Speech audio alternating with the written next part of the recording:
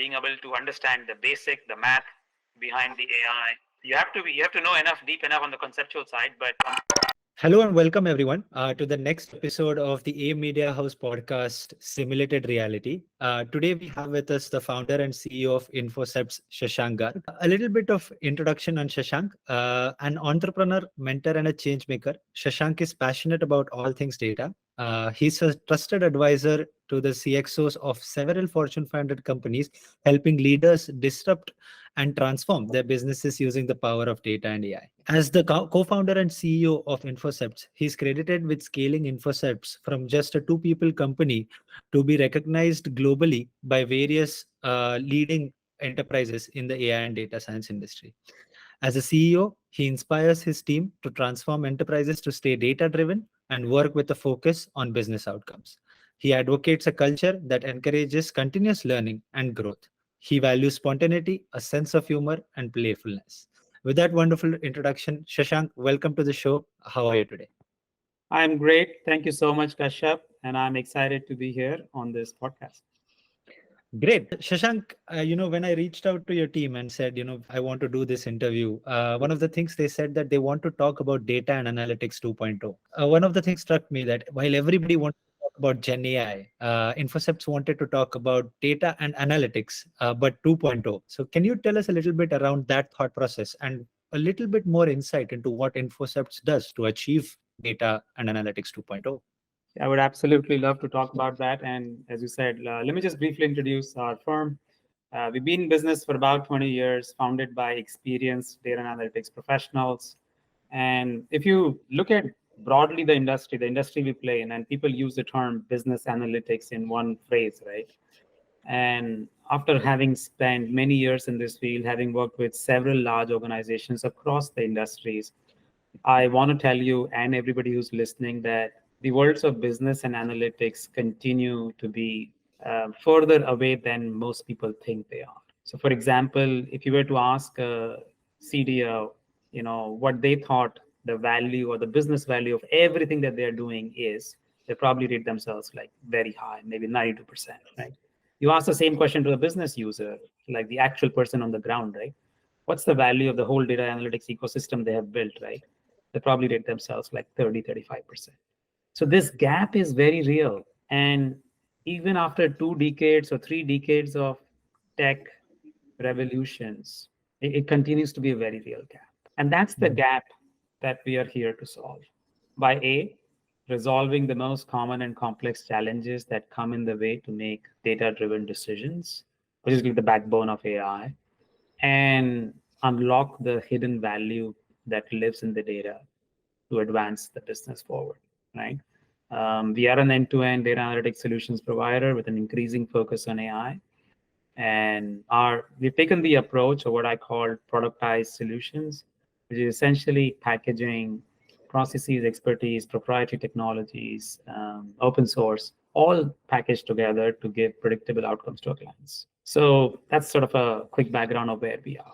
No, fantastic. I think this sets the context really well in terms of what professionals and enterprises think in where they stand in terms of data and analytics and where they actually stand. One of the questions that I want to ask you, right? Data and analytics as an industry started around, let's say around 13 years back now, around, 2009, 13, 14 years, right? Even It has been. before, the term analytics came into vogue maybe 15 years ago, but the Correct. it's probably more than 2 decades old. Yeah, more than 2 decades old and this thing, but it's a very recent industry. How has the landscape for this data and analytics changed over the last course of year? And to kind of further insight into your answer to the first question, right? The difference between what they think and what the reality is. How does the change of data and analytics as a subject influence this expectation versus reality dynamic? Yeah. See, I think I'll talk about 2, 3 things there, right? Like what I've seen evolve in this market, and I'll talk market in general, right? Data used to be fundamentally the domain of the IT departments of large organizations. So the CIO org, the CDO org, right? All anchored in central teams, right? They used to own the data, make all the decisions, which platform to buy, how to build up the teams, how to service, what process, right? That is starting to shift.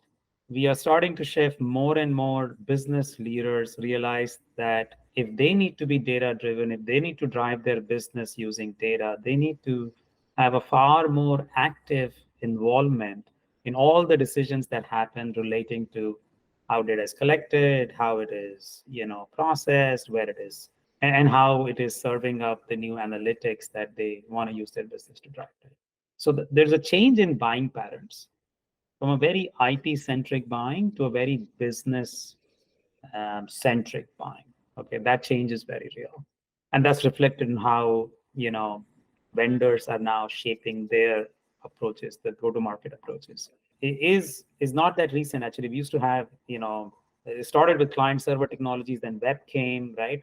So all of that tooling, on-prem tooling, what you may call now referred as legacy tech, still hosts a good 50, 60, 70, in some organizations, 100% of their data. The analysis or the analytics or the processing of all data is on a set of technologies which I would call not modern. Okay. But in the last 10 years, right, as you were saying, 2013 onwards, this emergence of this term called modern data stack, right? Where, as the hyperscalers built up the cloud services, it became more and more easy to create new technologies. And you saw a surge of technology in the data analytics. Like 15 years ago, the number of technologies that you had to choose from was less than 40. Today is 3,000. And everybody went into this mad rush to modernize. We have to modernize our tech stacks. And I call it sort of the race to modernize.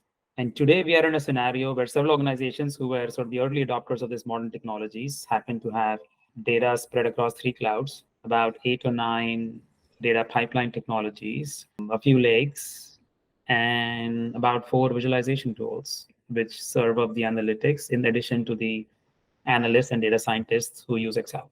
It's become very complex. It's becoming far more complex than it needs to be to serve the same need, which was just give me the data at the right time with the right analytics so I can predict where I'm going for my business. Right, the need hasn't changed in the last 20 years, but look at the transformation on the tech side and what we're doing to that. Right, so I call it the race to modernize and the need to simplify now.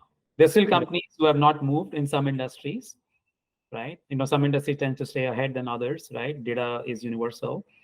So there are still companies who need to modernize, but there are absolutely organizations who need to now focus on simplification of their data analytics ecosystems.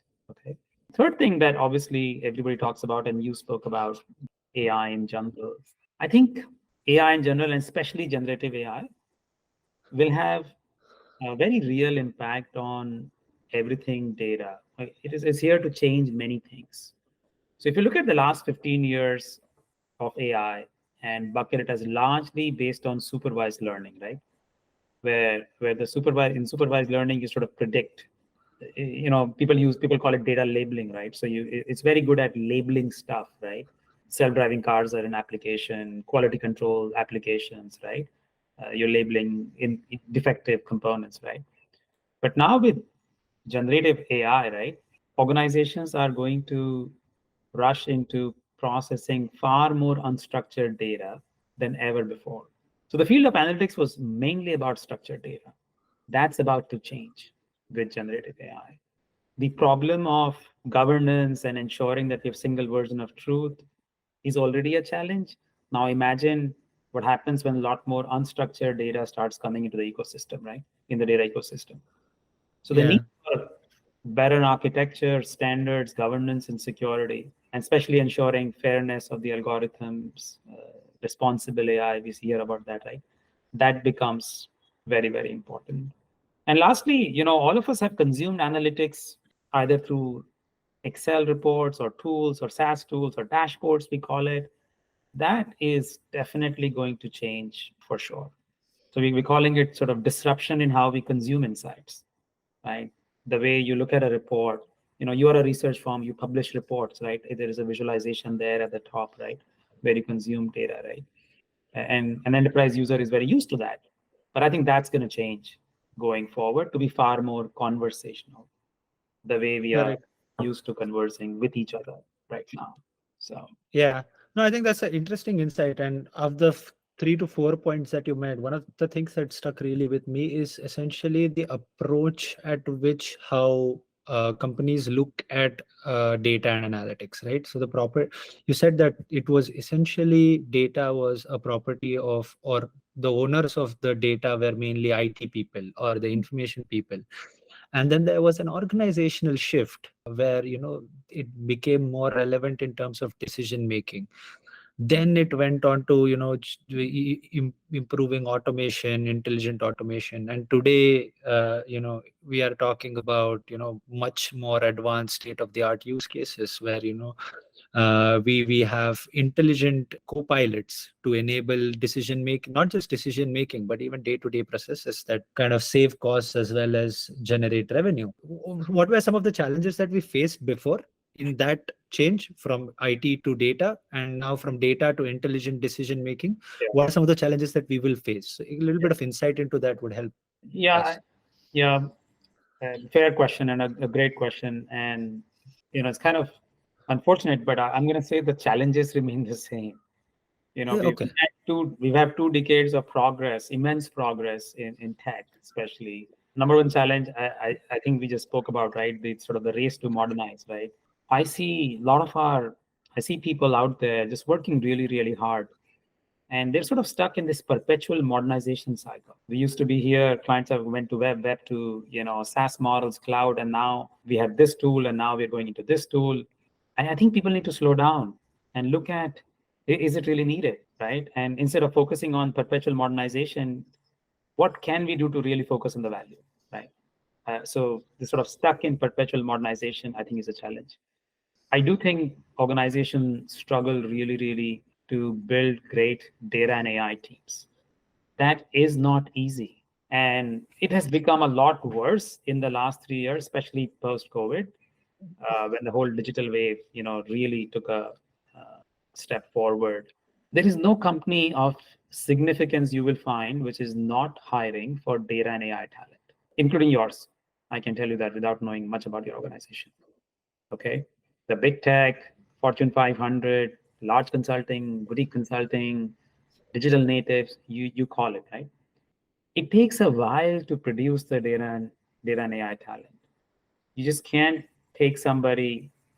So they need data skills, math skills, they need understanding of UX, visualization, how humans perceive data, and they need all the business context, which which cannot just be taught in universities, right? You need to go through the rigor to understand the processes and what data you're collecting and what can you really use to predict, right?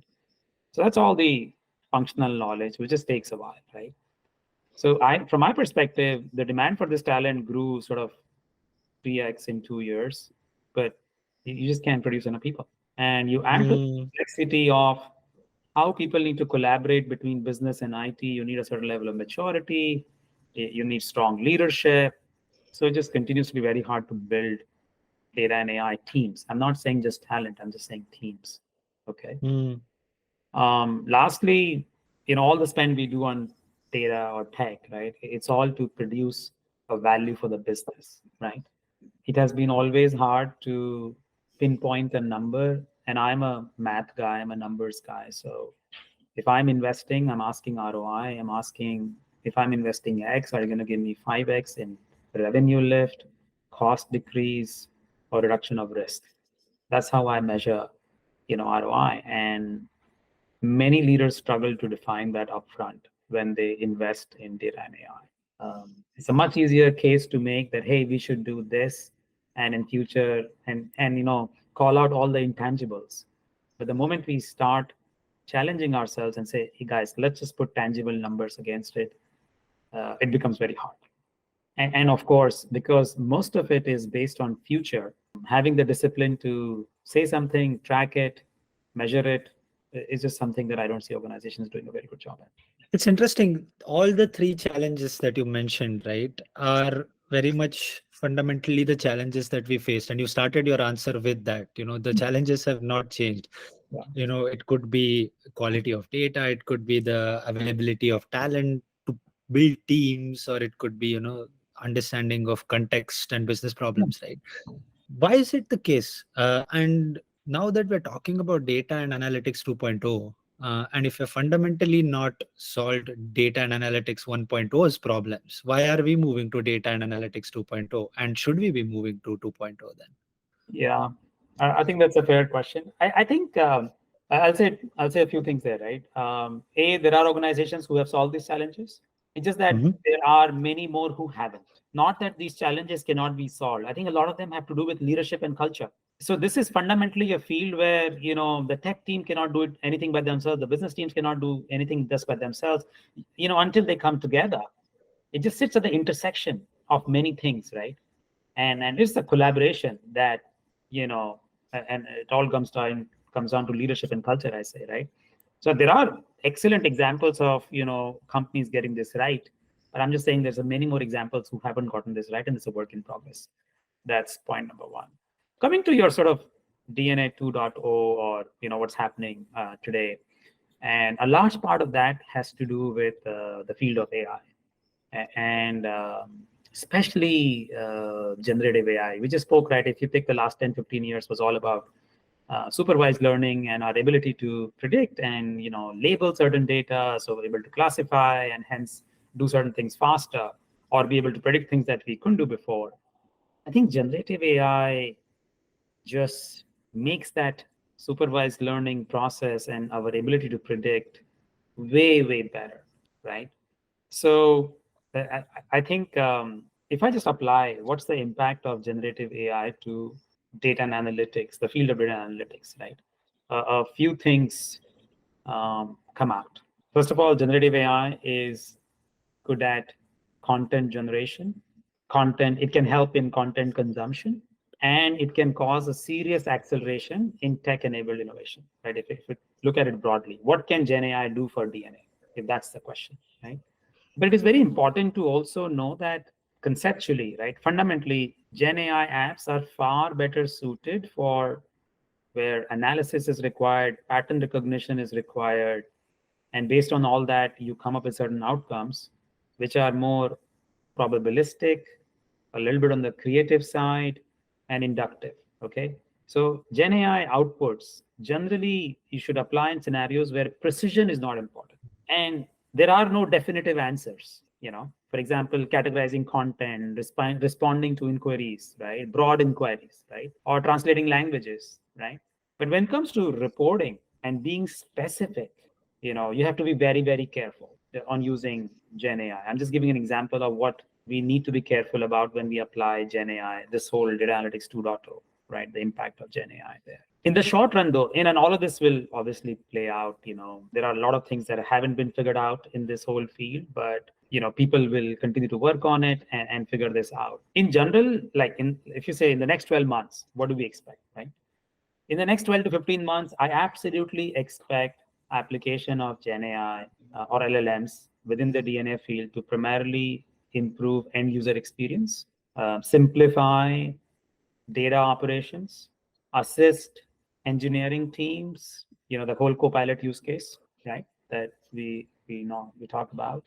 However, in the long run, I expect Gen AI to be used far more on things like classification of data.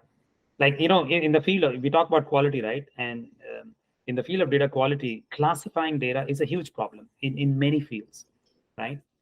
And right now it's all rule-based. I think Gen AI can do much better in those areas in the future. I absolutely expect that. So what we'll see in the Yeah. next 15 months is going to be significantly different than what we see, let's say, 2 years hence. And I'm very hopeful there.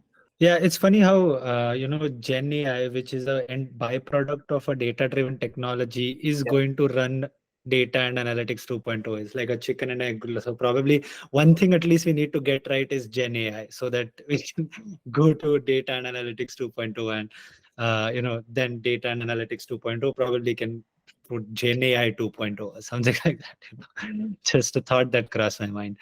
with so many things advancing, what is some of the advice that you would like to give the CDOs of the world to stay ahead of the curve in this rapidly evolving uh, environment where the intelligent technologies enable data and analytics and insights, and data and analytics and insights further enable intelligent technologies. So Yeah, what's your advice?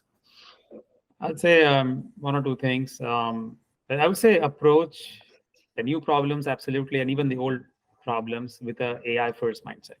If you look at the how these leaders grew, right, and look at the sequence, right, they all grew with a certain set of technology, and then AI came. And we Hmm. can't think in that approach, and that approach leads to incremental measures. I think it's time to flip and say AI first. If I were to solve this problem that I've solved for 15 years in a certain way, can I flip it and say I have none of that? Can I just do it with AI first mindset? And how would that look like, and what can I get to, and where I can get the accuracy, I just solve for that. That's one of the I think we are at that point where we can shift our mindsets to be AI first and human second, is all I'm saying. Secondly, you know, look for end-to-end solutions. When you look at a business problem and solve it end-to-end, I think with the state of data and AI, you have absolutely an opportunity to do so. Don't solve for parts of it. I think on the people side, if I were a CDO, I would be training my analysts, my data analysts, and my business analysts to be story writers. Right now, they do the jobs of doing the analysis, putting it all together, and serving up for people to consume. But that's where Gen AI will take away a lot of that. But with Gen AI, you run the risk, right? As with social media, you only hear what you want to hear. You ask a specific question, it gives you a specific answer, right? So train them to be story writers, train them to be data journalists if required, because they can still bring in the context with, if I don't ask the prompt, it will not answer. But a journalist Yeah, will insert the context that is required to build the right story. And lastly, focus on building your business value story, especially in the times yeah. we are. That's an absolute must. Correct. So basically, AI first approach, end-to-end logistics, and building a business story. I think that these are three good takeaways. Yeah. With that in mind, my final question to you is, what do these 3 points directly mean for a data professional working on a day-to-day basis? What can he or she do to ensure that, the data and analytics technology that is built today is responsible and, has equitable provides for equitable opportunities for the society, and how where do we go from here? Got it. Interesting question. See, if I'm a aspiring data scientist or a data scientist already or a data professional, I probably know this already, but since you asked, right, I think that focus on asking the why, and really getting to the root of the problem I'm trying to solve and becoming business oriented is an absolute must.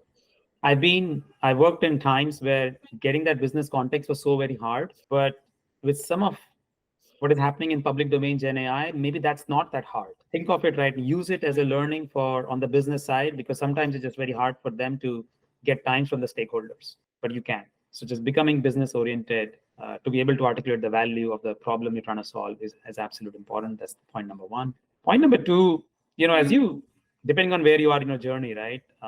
Just we use a term internally called cross skill, right? It's very important, right? You don't just become a data engineer, you don't just become an analyst, you don't just become a visualization engineer, don't just become a cloud engineer. You can develop deep expertise in one or two areas, but you have to know, because we are shrinking teams as we talk. We no longer have a 20 people team to do a data project. We don't. We have three, right? Three people teams now. A generalist. Yeah. I mean, you have to know enough, deep enough on the conceptual side, but on the tools side, I think you have to know more than one. Lastly, I think really jumping ahead and becoming AI fluent, being able to understand the math behind the AI, using them for your advantage, whether it's on the business side or using co-pilots, right? And ensuring you understand at a root level how these foundational models or general purpose AI can be used to solve a variety of problems, right? Because as they say, right, AI is not going to replace humans, but a human who knows AI far better certainly will. Fantastic. On that positive note, Shashank, thank you so much for your time. I'm sure the audience is going to find it really useful to get an insight into your idea of what data and analytics 2.0 is. It's a very interesting conversation. We had a lot of different angles covered. Thank you so much for your time, Shashank. Thank you, Kashyap. It was a pleasure. I'm glad that I could speak to you.